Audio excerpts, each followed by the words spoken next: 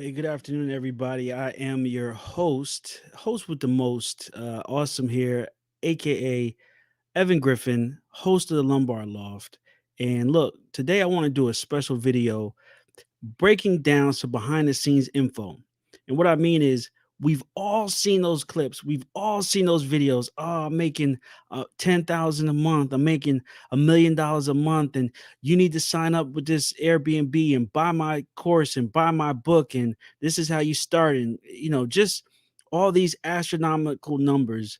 And it sounds like cap. Let's be honest, it sounds fake, right? So what I want to do is show you guys the real. And no, I'm not telling you to sign up for a book. No, I'm not telling you to sign up for my course. I want you to use YouTube University, watch my videos, use Facebook groups to build your empire like I did. And I want to dumb it down. I don't have an empire, but I'm getting there, and that's a realistic point of view. And so let me introduce you to one of my baby here, the Lombard Loft. That's right. I am the owner of the Lombard Loft Airbnb right here. And next time you're in Baltimore, stop by, say hi, tell them that I sent you. And see if I can make it a little bigger here. The Lombard Loft is in Baltimore, and we're slowly rising in the ranks. I am a four-time super host. I've been a host for about 2.5 years, and we're just taking it day by day. And that's what you got to do with everything.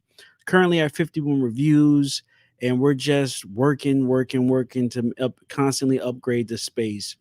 And so this video, like I said, is just about what I made my first couple months in Airbnb, not what I'm making now, and then also goes over to how much should you actually expect if you do it. And so let me switch up the pages here. So the way that the Airbnb works in general is you put your house up, you list it, and it's kind of like I call putting it into the verse, right, into the Airbnb verse, and hoping something comes back.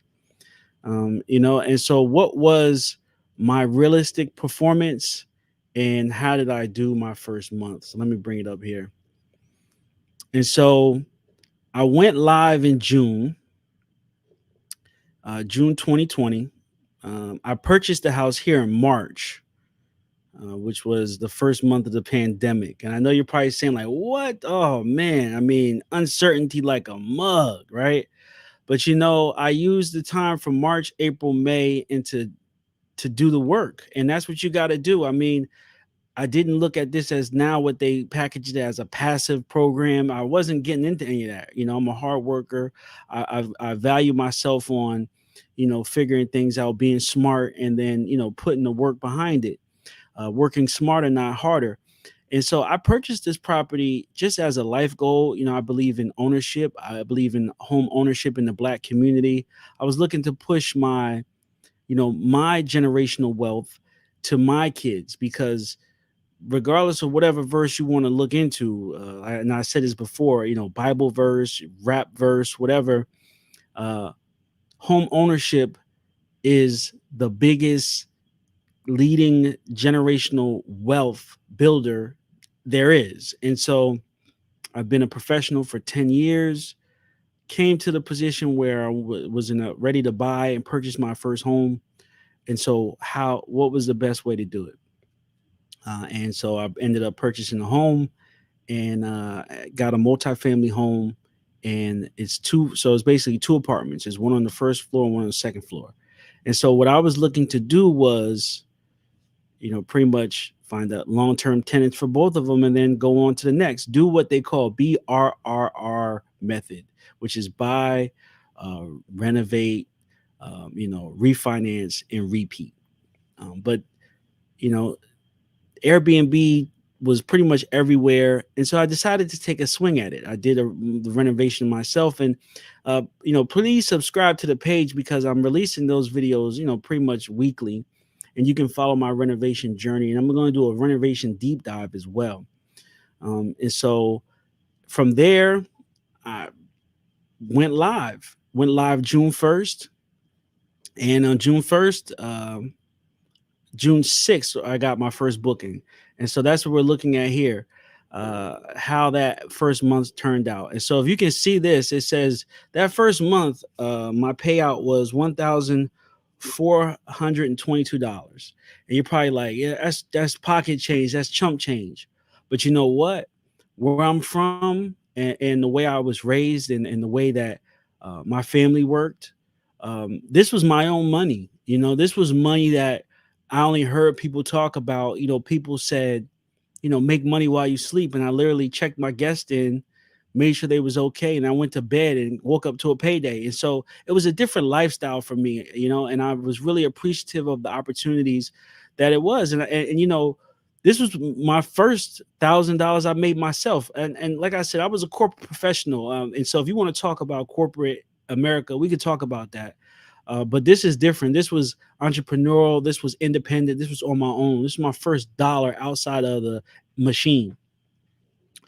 And so if you look at my stats here from June, July, August, September, October, November, and December, I had about 50 nights booked. So three, six, so about 6 months, 6, 7 months, I had 50 nights booked, right? And so say what you want, compare it to who you want to. But people are in LA is a different Airbnb game. Texas, different Airbnb game.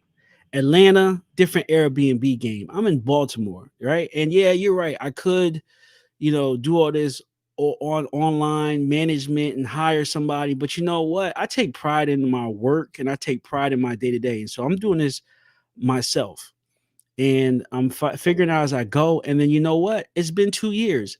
At this point, with everything I've learned, I could easily jump into a vacation rental and be successful. I could easily jump into another market and be successful. But I'm a home team. I'm a home based player. And so I took those 50 nights with pride and I adjusted my prices and I worked some things out. And so just starting in at June, I'm not going to have, this was already going to be given, meaning that a lot of unnights booked because I already missed 1, 2, 3, 4, 5 months of the year. But I still came through. I had a 25% occupancy rate, which is a curve for any new Airbnb. I mean, because if you just look at your area, if you go on Airbnb and do a search for your area, you're going to see that there's tons of people who have been in this. Going back, it's almost mind blowing. You're like, how can someone, I'm just now hearing about Airbnb as far as a hosting standpoint. How is someone already have 1,000 reviews? It just sometimes doesn't seem fair, but you know what? What's good for the goose isn't good for the gander. So what they do is what they do. It's not my business. I'm here literally minding my business. And so cleaning fees, I accumulated some money on the cleaning fees. Now, the cleaning fees are money that's going to come back to you, or it's additional money that you charge outside of your nightly rate. We were getting into the pandemic. It was an epidemic and then it went to a pandemic. And so around this time, when I say June, it wasn't a stay-at-home order. It was more so like, be careful. People are getting sick out there. Only go out if you need to. And so what I caught was a lot of people were looking to get together in closed settings, and they were using Airbnbs. And so there was literally no tourists coming into Baltimore in June. It was only people from that area. Now, one of the rules, and I agree with this rule for Airbnb, is no locals, right? A lot of people don't do locals, but I ended up being able to rent to locals because they look like me. I'm a black man, I'm African American, person of color, and it can be difficult to get a fair shake on Airbnb depending on where you go. You know, you have to build a profile, have to have a certain type of profile picture, you have to have a number of views. That's in general. I do the same thing. I typically don't rent to people now that have zero reviews and is new to the platform because that just means one thing: you're going to accumulate some damages to your property. Um, but the majority of people with zero zero, I call it, are at black people. But I was able to understand where they're coming from and communicate in a way where we had an understanding where they knew not they knew that, hey, this was a legit business, and which is why I'm here today.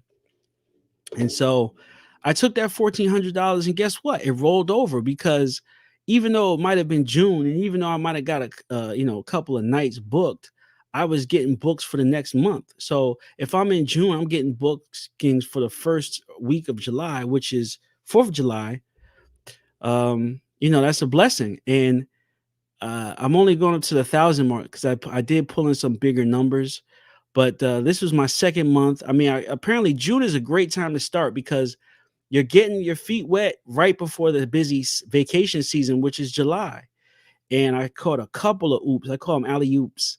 I caught a couple alley oops in July, and we almost doubled our income. So I went from that 1,400 to I went to about 2794. So 2,794 in July, which was, I mean, like I said, compared to whatever other state you want, was good for their goose is not good for my gander.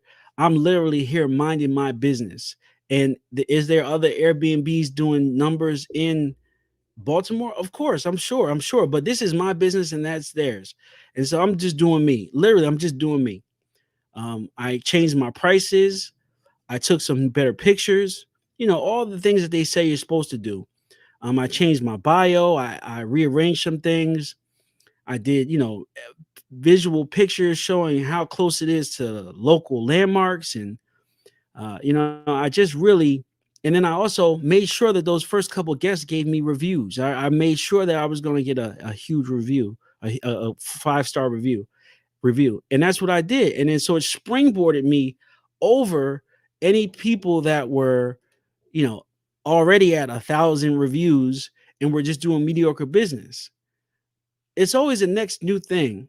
And I felt like at that time, for what we were looking for, I was the next new thing in Baltimore for Airbnbs. For space wise, I have a very large place. Location wise, I have a great location. And then I was giving them excellent customer service. And so the one thing that was going to help me that might not help these other people was word of mouth. I got repeat business. I got friends telling friends, and I started growing. And then that helped me the next month, I believe in August, do triple, right? Or do about the same. So I mean, July was a high month. And August was a low month. Now I was a little nervous because I'm like, wow, I'm seeing those same type of advertisements. I'm making 10, I'm making 7, I'm making 8. But the thing that I said was, remember, this is during the pandemic, right? So March was the announcement to cancel travel.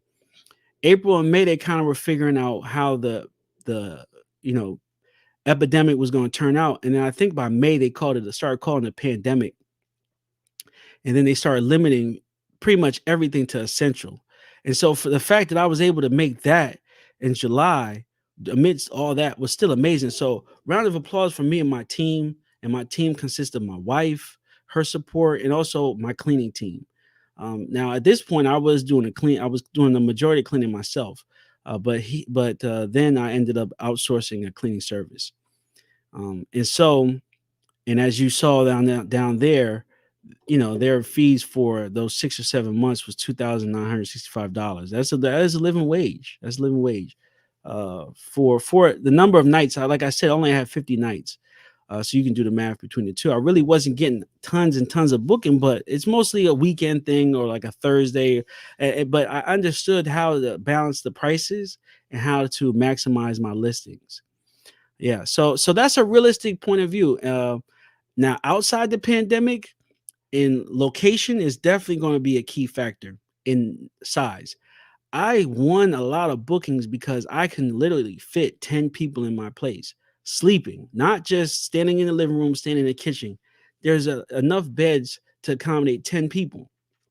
And so I would have large groups, extra guest fees, and then I would reduce my cleaning fees and charge more at the nightly fees. And so the range that I set my prices was, in order to make $100,000, you need to make $250 a day for an entire year. And so I set my prices at 250, and I adjust from there because I'm looking to make that money, that 100,000. So that's my goals. That's a look at my direct earnings for when I first started. And this is 2020, right? This is 2020. And like I said, we are in 2022. And so I've been working at this for a while and just getting used to how everything works. And so just to recap, my first dollar, my first month was 1,422. My second month was $2,794. And then my third month was 2,551. And so if you think about that, remember, and it's rolling in. I am paying the mortgage, but remember, I'm in a multifamily, and so on that first floor, there's a tenant, and so my tenant is covering the monthly mortgage. Everything here is profit, and so the reason why I hear a lot of people saying they're getting out, and because I think managing rentals in the Airbnb space can be difficult if it's just one or two, but if you're to scale, it's worth the headache. And I got into it knowing that one factor, and so scale was always built into my business model. So I had a tenant on the first floor, I had the Airbnb on the second. Now, tough combination because as we got more and more busier, it did become harder and harder to just noise complaints, things like that. The other side of Airbnb they don't tell you about.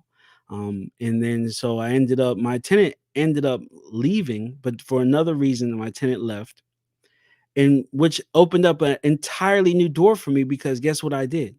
That's right, I just added the second Airbnb. So I had two Airbnbs, pretty much Baltimore's first Airbnb hotel, and just basically whatever they wanted to choose. And a couple weekends I was doing double business, and it was good. And so up to scale. Try to figure out how you can maximize your potential at the beginning, and then the sky's the limit. And so yeah, I just wanted to share this video with you guys. I'm trying to keep them short, but sometimes I can be long winded. Remember, my name is Evan. I am your Airbnb host here for the Lombard Loft in Baltimore. And remember, the next time you're in Baltimore, stop by, tell them Evan sent you. But until then, wealth and health, my friend, wealth and health.